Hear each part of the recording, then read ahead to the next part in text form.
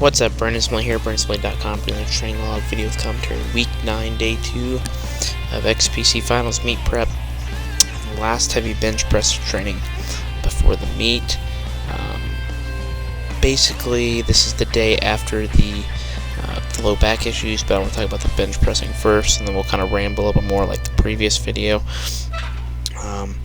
So what I opted to do was basically bench flat-footed, just to try to protect the back as much as I possibly could. So I took my last warm-up, and I took my opener, and the good thing is I can still bench really well flat-footed. Now my arch isn't as good, so my range of motion is going to be a little bit longer, but I still have plenty of power, plenty of strength, and plenty of leg drive and stability.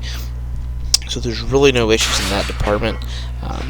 The biggest thing is going to be the duration of the press compared to the rest of what I'm normally used to with tucked feet. However, I did try tucking my feet with like 185 and 225, and there's absolutely zero pain involved with that. So it doesn't really look like whatever I did to my back, it's not affecting my ability to arch my lumbar spine. So it looks like on meet day I will probably be able to tuck my feet back and still do everything normal, but I just wanted to be safe that I could be able to get a bench in if I need to with my flat feet and still be moderately competitive. So with that being said, I mean the rest of the training went really well. There was really no issues in terms of how things felt from the day before. Considering when the injury happened, it was about a 10 out of 10 on the pain scale.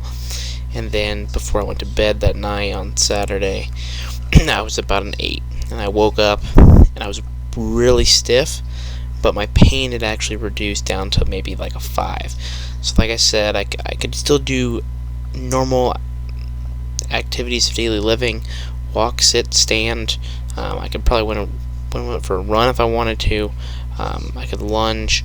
I could still hinge. All the great movements that I would typically need to be able to do to train were all completely fine. However, it did seem like whenever I had to go to bend over to pick things up, my low back was just really, really, really tight. It didn't even feel like there was too much of a pain sensation, more than just that it was so tight it was pulling on my spine, on my pelvis, and that was generating the pain, not so much that there was like any kind of shooting or anything. So it was not a type of pain that causes any kind of symptoms anywhere else, just a tightness in the low back. Is basically what it felt like. So that's why I thought I threw my low back out. So anyways, I did my training, and then after I got done training, I had my training partner Trey help me with some rehab stuff. Basically, I did some toe pushes on the reverse hyper. So you pretty much lay on the reverse hyper, but you don't put your feet in the straps or anything, and you push the plates forward on the pendulum with your toes, and basically that helps traction out your low back a little bit more, because when the weight swings back, there's an eccentric portion to the extension part, and then when you push, that's going to help decompress the spine more than if you actually just let it swing and pull down. So we didn't want the spine to actually be pulled into flexion. We wanted to push the spine into flexion to get the decompression, and that actually felt really, really good. So I did that superset with some body weight RDLs. That got my back loosened up even more, and I basically felt that training helped improve my back more than anything else, and just being active and being able to move. So after that, Trey helped do some dissociation with my legs. So he basically took each leg one by one, did some circles in different directions, and then some good yanks and pulls, and I got a huge SI joint pop. So it looked like there were some issues in there structurally with my SI joint, and it was enough to get it to pop and hold me off before I went to the chiropractor on Monday. So I had already planned to go to the chiropractor. I contacted some people and let them know I was going to be calling first thing in the morning, and that I wanted to be able to get in. So basically I was just doing the rest of my rehab. So on Sunday I managed to get in 3 ice sessions and basically a little over 2 hours worth of stim, another contrast session, and then more fish oil.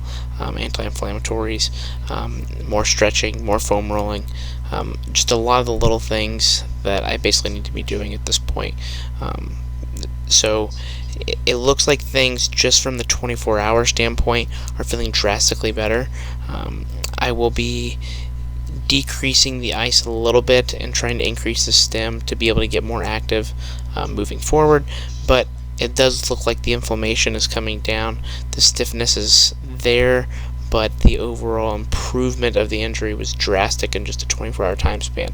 So again, I'll try to keep up with this. My next training log video will actually end up being a dynamic effort upper day. So basically I'm going to take 2 days and hit my really light accessory days that I normally do on Mondays and Wednesdays. So Monday will be the same, my Wednesday will move to Tuesday, and Wednesday will be a dynamic effort upper day, and then depending on how I'm feeling, we're going to try to do a little bit of squatting and deadlifting on Thursday.